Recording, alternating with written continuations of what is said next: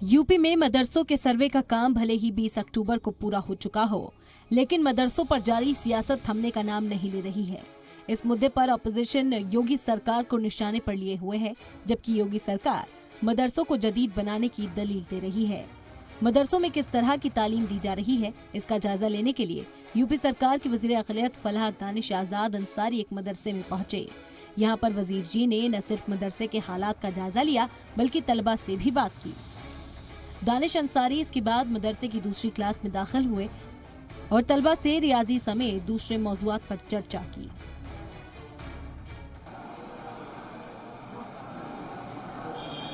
ठीक है जी। तो आपको देखिए क्या है कि आप क्लास में जो पढ़ते हो, क्लास खत्म होने के बाद सर जब बाहर जाते हैं तो आपको 10 मिनट आपस में जरूर डिस्कस करना चाहिए। जो भी आप क्लास में पढ़ेंगे उसका फायदा क्या होगा कि आपको वो चीज दिमाग आपके जहन में वो बैठ जाएगी। इस दौरान मदरसे में पढ़ाई कर रहे बच्चों ने बताया कि उन्हें अंग्रेजी, साइंस के साथ सभी सब्जेक्ट्स पढ़ाए जाते हैं। हमारे लिए जो भी कर रहे हैं अभी फिलहाल बहुत अच्छे हैं। मतलब मैथ वगैरह की भी तैयारी अभी हम लोग की चल रही है। अभी मैथ की क्लास चल रही थी।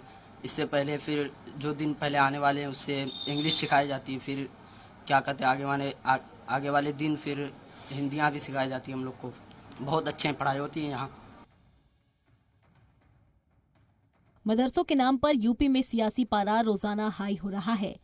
अपोजिशन योगी सरकार की मंशा पर सवाल उठा रही है, तो वहीं सरकार मदरसों को एडवांस एजुकेशन सिस्टम से जोड़ने का दावा कर रही है। ब्यूरो रिपोर्ट, जी मीडिया।